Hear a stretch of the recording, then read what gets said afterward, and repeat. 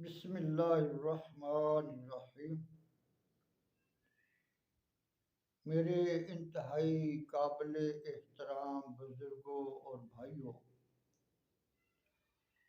अस्सलामु अलैकुम वरहमतुल्लाहि वबरकातुहू। मोहतरम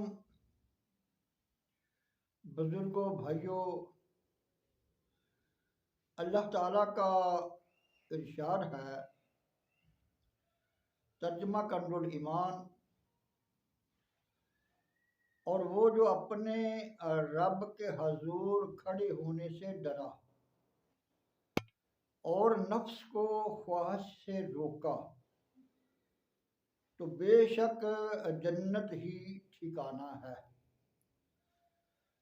बनी इसराइल का हसीन व जमील नौजवान जो कि टोकरियां बनाकर फरोख्त किया करता था, एक बार वो टोकरियां लिए शाही महल के करीब से गुजरा तो बादशाह की मलका की जब उस पर नजर पड़ी तो वो उस पर आशिक हो गई। किसी हीले बहाने से उसने उसे अपने महल में बुला लिया और फिर कमरे का दरवाज़ा बंद करके उसने अपनी शहवत की तस्कीन चाही। वो नौजवान चूँकि नहायत ही पाकबाज और परहेजगार था, बड़ा परेशान हुआ और उसने गुनाह करने से इनकार किया। मलका ने उसको लालच दिया कि मैं तुझे माला माल करके टोकरियों मैं तुझे माला माल करके टोकरियां बेचने से बेनियाज कर दूंगी, मेरी बात मान जा। उसने फिर भी इनकार किया, लेकिन मलका पर क्योंकि क्योंकि मलका पर मस्ती सवार थी, उसने कहा तू मेरी ख्वाहिश पूरी किए बगैर यहाँ से नहीं निकल सकता। लिहाजा उसने जब सारी राहें बंद देखी तो मलका से कहा, अच्छा मुझे छत के इस्तिंजा खाने में जाने की इजाज़त दे दो। उसने ये सोचते हुए कि ये इस कदर ऊंचे महल की छत से भाग तो नहीं सकता, लिहाजा उसने इजाज़त दे दी। वो छत पर चढ़ा और खौफे खुदा के सबब गुनाह से बचने के लिए महल की छत से छलांग लगा दी। बहुकम खुदाबंदी सैयदना जिब्रील अलैहिस्सलाम ने उसे अपने परों पर लेकर जमीन पर यूं रख दिया जैसे कोई मुशफिक वालिद अपने लखते जिगर को रखता है। वो खौफ खुदा रखने वाला खुश नसीब नौजवान बहुत ही बड़े इम्तिहान से कामयाब होकर जब मगरब के वक्त घर पहुंचा तो जौजा ने कहा, टोकरियों की कमाई कहाँ है? वो बोला, आज कोई कीमत वसूल नहीं हुई। वो कहने लगी, आज फिर क्या खाएंगे? वो बोला, इंशाअल्लाह सब्र कर लेंगे। फिर कहा, तनूर में आग रोशन कर दो कि आग ना देखकर पड़ोसियों को तशवीश होगी। चुनाचे सआदतमंद बीवी ने जब तंदूर में आग सलगा दी और चली आई, इतने में पड़ोसन आग लेने के लिए तंदूर पर आई और वहीं से पुकार कर कहा, ए फुलानी, तू यहाँ बेफिक्र बैठी हुई है और यहाँ तंदूर में रोटियां पककर तैयार हो चुकी हैं, जल्दी से निकाल ले वरना जल जाएंगी। वो उठी और देखा तो वाकई तंदूर रोटियों से भरा हुआ था। उसने और रोटियां निकाली और बर्तन में रखकर अपने शोहर की खिदमत में हाजिर हो गई और कहने लगी, अल्लाह ने आप पर बड़ा फजल और करम किया है। आपने तो आज करामत दिखाई है। आप अल्लाह से दुआ फरमाएं कि हमारी बकिया जिंदगी खुशहाल गुजरे। उस नेक बंदे ने कहा कि अल्लाह की बंदी, सब्र कर, लालच मत कर। बहरकैफ बीवी दुआ के लिए बजिद रही। चुनाचे मजबूर होकर उसने आधी रात को उठकर नवाफिल के बाद दुआ मांगना शुरू की। या अल्लाह, मेरी बीवी ने मुझसे सवाल किया है कि हमारी बकिया उम्र खुशहाल गुजरे। अभी इतना ही कहा था कि छत शक हुई और हीरे जवाहरात से भरी हुई एक तश्त उतर पड़ी। सच्चे मोतियों की चमक दमक से सारा घर मनव्वर हो गया। उसने करीब सोई हुई बीवी को जगाते हुए कहा कि उठो और जो दुनिया की दौलत मांगी थी वो ले लो। तो उसने बेदार होकर बताया कि अभी अभी मैंने ख्वाब में देखा कि सुर्ख याकूत और सबर जबरदस्त से जड़ी हुई सोने की कुर्सियां बिछी हुई हैं, मगर उनमें सुराख हैं।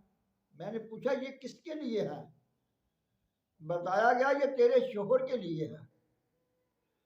मैंने पूछा, ये सुराख कैसे है? आवाज आई, ये तेरी जल्दबाजी के सबब है। ख्वाब बताने के बाद बीवी ने कहा, ऐ मेरे सरताज, मुझे मुआफ कर दीजिए। मेरी जल्दबाजी की मुझे इस ख्वाब से नसीहत मिल गई है। अब मुझे दुनिया की दौलत और आसाइश नहीं चाहिए। आखिरत की नेमतें और आसाइशें दरकार हैं। मेहरबानी फरमाकर दुआ करें कि ये हीरे और जवाहरात वापस चले जाएं। चुनाचे उसने फिर दुआ की और तश्त लौट गई और छत वापस मिल गई। प्यारे प्यारे इस्लामी भाइयों, गौर फरमाएं, आपने खौफ खुदा के सबब गुनाह से बचने पर बनी इसराइल के नौजवान पर खुदाए रहमान किस कदर मेहरबान हो गया और उस नौजवान को कैसी कैसी करामात हासिल हुई। और ये भी मालूम हुआ कि दुनिया की आसानियों के लिए जल्दी मत जाना और मालो दौलत को जल्द पा लेने की तड़प भी मुनासिब नहीं।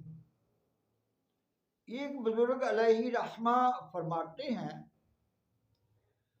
दुनिया में जो कोई नेमत मिलती है इसके सबब आखिरत की नेमत में 100 हिस्से कमी आ जाती है। और जिना से बचने का इनाम तो आपने मुलाहिजा फरमा लिया। और जो बदनसीब जिना में मुबतला हो जाता है